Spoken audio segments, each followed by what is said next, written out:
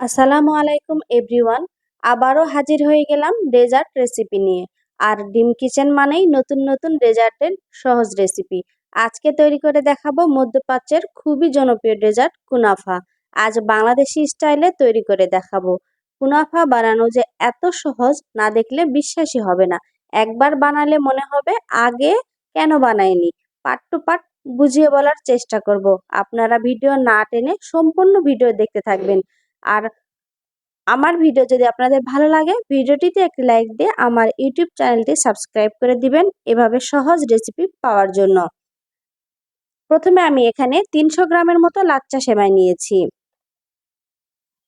Fry প্যানে লাচ্চা সেমাইটা দিয়ে দিলাম আর এর সাথে দিয়ে দিলাম 1 টেবিল চামচ পরিমাণ বাটার। এই অবস্থায় কিন্তু চুলার আঁচটা একদমই অফ আছে, চুলা অফ রেখেই এই কাজটা করতে হবে। এবার বাটারের সাহায্যে লাচ্চা সেমাইটাকে খুব ভালো করে একটু হাতে মেখে নিতে হবে, তবে খুব বেশি ডলাডলি করার দরকার নেই, তাহলে সেমাইগুলা ভেঙে যাবে। হালকা হাতে একটু নেড়ে চেড়ে নিবেন। এখন বলতে পারেন যে বাটার তো গরম ফ্রাই প্যানে দিয়েও এভাবে ভাজা যায়, কিন্তু না, এভাবে ভাজলে আপনার বাটারটা পুড়ে যাবে এবং এভাবে লাচ্চাটাও পুড়ে যাওয়ার সম্ভাবনা বেশি থাকে। আর এভাবে হাতে মেখে নিলে এটা খুব সহজেই হয়ে যায়। এরপর আমি এখানে দিয়ে দিলাম 2 টেবিল চামচ পরিমাণ চিনি। এরপর আমি এটাকে একটু মেখে নিচ্ছি আর এ পর্যায়ে চুলার আঁচটা অন করে দিব আর একদম লো হিটে এটাকে একটু ভেজে নিব। আর এটার একটা সুন্দর কালার নিয়ে আসার জন্য এর সাথে আমি কমলা কালার ফুড কালার দিয়ে দিচ্ছি, মানে অরেঞ্জ ফুড কালার দিয়ে এটাকে একটু ভেজে নিচ্ছি। খুব সাবধানে এটা ভালোভাবে নাড়তে হবে যেন নিচের দিকে পুড়ে না যায়। আর চুলার আঁচটা অবশ্যই লো হিটে, মিডিয়াম টু লো হিটে রাখতে হবে। তো এটা যখন খুব ভালো করে ভাজা হয়ে যাবে, এরকম সুন্দর একটা কালার চলে আসবে, এ পর্যায়ে বুঝে নিতে হবে এটা হয়ে গিয়েছে। আর ইতিমধ্যে চিনিগুলাও সব সুন্দরভাবে গলে যাবে।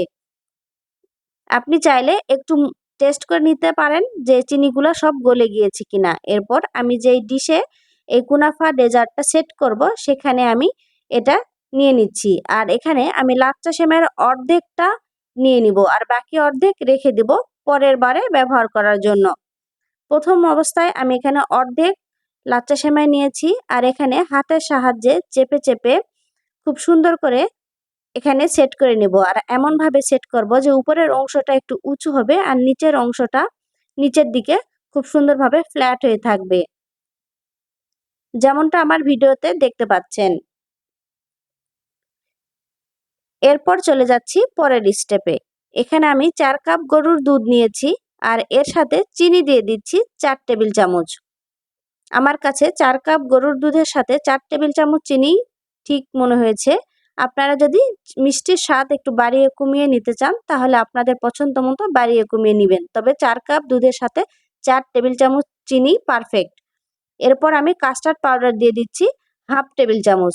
হাফ টেবিল চামচ কাস্টার্ড পাউডারই যথেষ্ট, এর বেশি দেওয়ার দরকার নেই। এরপর মেন উপকরণটা হচ্ছে কর্নফ্লাওয়ার। এখানে কর্নফ্লাওয়ার দিয়ে দিচ্ছি 4 টেবিল চামচ। একদম ভর্তি করে 4 টেবিল চামচ আমি কর্নফ্লাওয়ার এর সাথে দিয়ে দিলাম। এরপর এখানে মিষ্টির জন্য দিয়ে দিচ্ছি কনডেন্স মিল্ক 2 টেবিল চামচ। কনডেন্স মিল্কটা আপনি চাইলে স্কিপ করতে পারেন, তবে কনডেন্স মিল্ক দিলে যে কোনো ডেজার্টের মিষ্টির স্বাদটা খুব ভালো আসে। এ অবস্থায় কিন্তু চুলার আঁচটা অফ থাকবে। এবার এটাকে আমি একটু নেড়েচেড়ে নিব। এবার আমি চুলাটা অন করে দিব আর এটাকে নেড়েচেড়ে খুব ভালো করে গুলিয়ে নিব। আর আপনি চুলার আঁচটা অফ থাকা অবস্থাতেই এটা গুলিয়ে নেওয়ার চেষ্টা করবেন, না হলে দলা পেকে যাবে। এরপর জাল করতে করতে এটা যখন খুব ভালোভাবে একটু ঘন হয়ে আসবে, এ পর্যায়ে আপনাকে বুঝতে হবে যেটা হয়ে গিয়েছে। আর কিরকম ঘন হবে দেখুন, এই যে এইরকম ঘন হবে। আর এটা ঠান্ডা হলে কিন্তু আরো একটু বেশি ঘন হয়ে যাবে, তাই একেবারেই বেশি ঘন করার প্রয়োজন নেই, আবার একেবারে নরমও করা যাবে না। ঠিক এরকমটা গরম অবস্থায় যেন এটা এরকম ঘন থাকে। আর গরম গরম অবস্থাতেই এটা এভাবে আমি লাচ্চা সেমাইয়ের উপরে সবগুলো দিয়ে দিচ্ছি। খুব সুন্দরভাবে এটা লাচ্চা সেমাইয়ের উপরে দেওয়া হয়েছে। এরপর সেমাইয়ের যে বাকি অংশ ভাজা ছিল সেই অংশগুলো আমি এখানে উপরে খুব ভালোভাবে মেখে দিচ্ছি। আর এখানে হাত দিয়ে চাপাচাপি করা যাবে না, খুব ভালোভাবে শুধু সেমাইটাকে ডেজার্টের দুধের উপরে এটা খুব ভালোভাবে দিয়ে দিতে হবে, মানে পুরোটাই কভার করতে হবে, ঠিক যেভাবে আমার ভিডিওতে দেখতে পাচ্ছেন। তো আমি মাঝখানে একটু ফাঁকা রেখেছি, আপনারা চাইলে এটা সেমাই দিয়ে ভরে দিতে পারেন। তো এবার আমি পেস্তা বাদাম কুচি আর কাজু বাদাম কুচি দিয়ে এটাকে একটু ডেকোরেশন করব। আপনারা আপনাদের পছন্দ মতো ডেকোরেশন করবেন।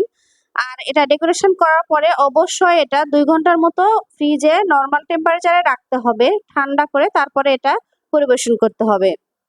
তো এই যে আমি এভাবে ডেকোরেশন করে নিচ্ছি। আপনারা আপনাদের পছন্দ মতো বাদাম বা কোনো কিছু দিয়ে এটাকে খুব ভালো করে ডেকোরেশন করতে পারেন। আর মাঝখানের ফাঁকা অংশতে আমি দিয়ে দিলাম পেস্তা কুচি আর সাথে আমার গাছের একটা ফুল। হয়ে গেছে আমার এটা। আর চলে যাচ্ছি এবার মেন স্টেপে। এটা হচ্ছে যেহেতু কুনাফাটা সুগার সিরাপ মানে চিনির শিরা দিয়ে এটা খাই, সেহেতু আমরা এখন একটা সুগার সিরাপ তৈরি করব। তার জন্য আমি এখানে 2 টেবিল চামচ চিনি দিয়ে দিলাম আর এর সাথে দিয়ে দিলাম হাফ কাপ পরিমাণ পানি দিয়ে এটাকে জাল করব। এটা একদম জাল করে খুব বেশি ঘন করার প্রয়োজন নেই। চিনিটা গলে যাবার পর যখন এটা খুব সুন্দরভাবে বলক আসবে এ পর্যায়ে আরো 2 মিনিটের মতো জাল করে নিব। তারপর এটা ঠান্ডা হবার পর অটোমেটিক এটা একটু ঘন হয়ে যাবে, খুব সুন্দরভাবে একটা শিরা তৈরি হবে, ঠিক এরকমটা। তো এই যে এটা আমার হয়ে গিয়েছে, এটা ঠান্ডা অবস্থায় রেখে দিব। আর এটা কিন্তু আগেই দিয়ে দিব না, যখন আমরা খাবারটা পরিবেশন করব মানে খাবো সেই অবস্থায় আমরা এই শিরাটা দিয়ে মুনাফাটা আমরা পরিবেশন করব। তো আশা করছি আমার এই রেসিপি আপনাদের ভালো লেগেছে। ঠিক 2 ঘন্টা পর ফ্রিজ থেকে আমি এটা বের করেছি আর এটা খুব সুন্দরভাবে সেট হয়ে গিয়েছে। এবার আমি এটাকে পরিবেশন করব। তো ভালো লাগলে আপনারা অবশ্যই এভাবে একবার ট্রাই করবেন। আর আমি চেষ্টা করেছি খুব সহজভাবে আপনাদের সাথে রেসিপি শেয়ার করার জন্য। তো আজকের মতো বিদায় নিচ্ছি। দেখা হবে পরবর্তীতে নতুন রেসিপি নিয়ে। আর আমার চ্যানেলে অনেক অনেক ডেজার্ট রেসিপি আছে। আপনারা চাইলে আমার চ্যানেলটি ঘুরে আসতে পারেন। আজকের মতো বিদায় নিচ্ছি।